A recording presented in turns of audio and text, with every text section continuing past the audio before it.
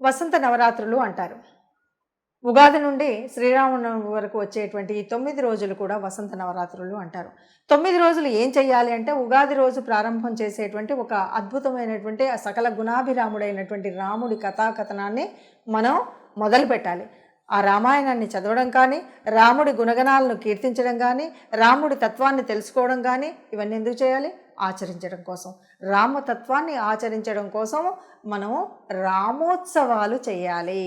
ఇది చైత్ర నవరాత్రులు అంటే.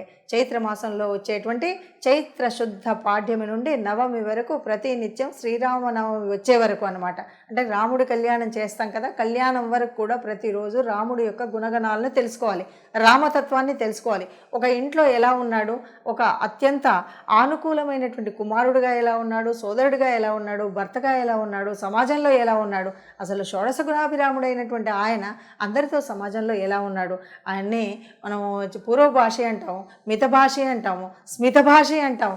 ఇలా అనేక రకాలైనటువంటి గుణగణాలు ఉన్నటువంటి రాముడి యొక్క గొప్పతనాన్ని తెలుసుకొని, రాముడు ఒక మానవుడిగా మాత్రమే ఉంటాను అనే అవతారమూర్తి అయినటువంటి ఆ అవతారమూర్తి ఆ లోకంలో నుండి ఈ లోకంలోకి వచ్చి కూడా తను మనిషిగా ఎన్ని కష్టాలు వచ్చినా ధర్మం వీడకుండా ఎలా ఉన్నాడో, ఆ ధర్మ నిబద్ధన కంకణం ఏదైతే ఉందో అది కట్టుకొని ఈ నవరాత్రులలో, వసంత నవరాత్రులలో చక్కగా రాముడి యొక్క గుణగణాలను తెలుసుకుందాం, మనం ఆచరిద్దాం. కుటుంబ జీవనంలో ఎలాంటి కలతలు రాకుండా, సమాజంలో ఎలా కష్టాలు రాకుండా మన ధర్మాన్ని మనం కాపాడుకునే ప్రయత్నం చేయడమే రామోత్సవాలు, వసంతోత్సవాలు, వసంత నవరాత్రులు. ఈ నవరాత్రుల్ని 9 రోజులు కూడా రాముడి యొక్క గుణగణాలను తెలుసుకుంటూ మనం ఆచరించడం కోసం ప్రయత్నం చేయడం అనేటువంటి విషయాన్ని అందరం అర్థం చేసుకుంటూ ముందుకు వెళ్దాం. నమస్తే.